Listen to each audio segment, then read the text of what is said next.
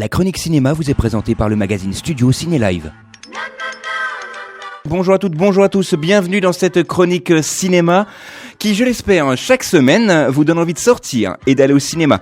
Alors cette semaine, l'absence de Manon, puisque c'était moi il y a 3 semaines, la semaine dernière c'était elle, et puis encore une fois, puisque là elle est souffrante, mais bref, rassurez-vous, je vais vous donner envie de sortir et d'aller au cinéma, et bien tout simplement en vous donnant mes sorties cinéma de la semaine.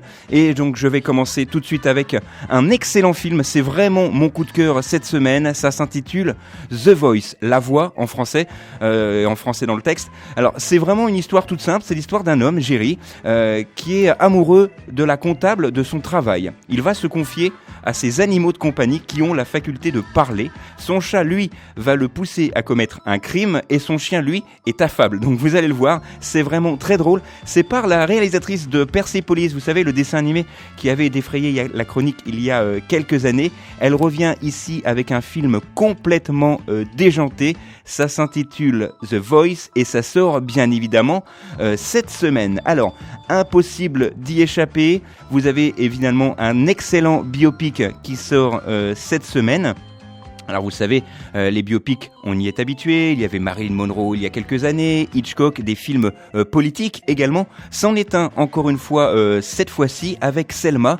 Alors le titre ne vous dit peut-être rien, mais je vais quand même vous apprendre que, ou vous le savez peut-être déjà, que Martin Luther King, pour garantir le droit de vote à tous les citoyens, va essayer comme ça, d'essayer de lancer une grande marche dans la ville de Selma, donc justement d'où le titre du film. Une dangereuse et terrifiante campagne est achevée par le biais d'une grande marche comme ça, depuis la vallée de Selma jusqu'à celle de Montgomery en Alabama, et le film justement va nous raconter toute cette histoire. C'est un biopic, le seul biopic qui existe à l'heure actuelle sur Martin Luther King. C'est vraiment formidablement interprété, c'est un film que je vous conseille et ça sort bien évidemment cette semaine. Autre sortie, autre film avec Night Run dans un registre totalement différent. On va retrouver ici l'excellent Liam Neeson que l'on connaît bien sûr dans la série des Taken. Alors là c'est à peu près le même genre de film. Il va retrouver un compère, c'est la première fois qu'ils jouent ensemble à ma connaissance, Ed Harris, qui se fait un petit peu vieux quand même dans ce film, mais il a encore beaucoup de répondants, vous le découvrirez. Alors c'est une histoire très simple et toute bête, ça se passe à Brooklyn bien évidemment. Jimmy, mafieux, est un tueur à gages qu'on surnommait autrefois le Fossoyeur. Eh bien il va essayer de se racheter, essayer de se redonner une bonne conduite, et il va comme ça essayer de venger la mort d'un de ses fils. Vous allez le voir, c'est vraiment extraordinaire, des explosions dans tous les sens. C'est un peu un film que j'aurais vu bien produire par Luc Besson, je ne sais pas pourquoi, mais à mon avis ils ont dû s'en aspirer grandement. En tous les cas, c'est un film qui bien sûr ne va pas renouveler le genre, mais c'est un film que je vous conseille évidemment. Ça s'intitule Night Run et ça sort bien évidemment cette semaine. Autre film encore cette semaine, un film à réserver à un public averti, Lazarus Effect. Ce film va nous raconter l'histoire, entre guillemets, je ne sais pas si vous vous souvenez du film avec Julia Roberts, justement, L'expérience interdite.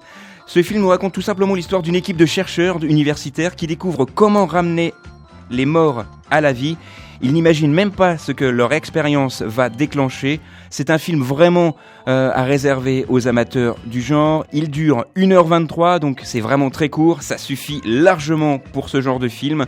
C'est un film qui, à mon avis, va sortir au cinéma Gaumont Centre-Ville. C'est un film que je réserve à un public averti, mais à mon avis un public assez jeune tout de même, puisque ça ne va pas non plus révolutionner le monde. En revanche, un film français que j'attendais depuis longtemps, le film d'Alexis Delaporte, Le dernier coup de marteau.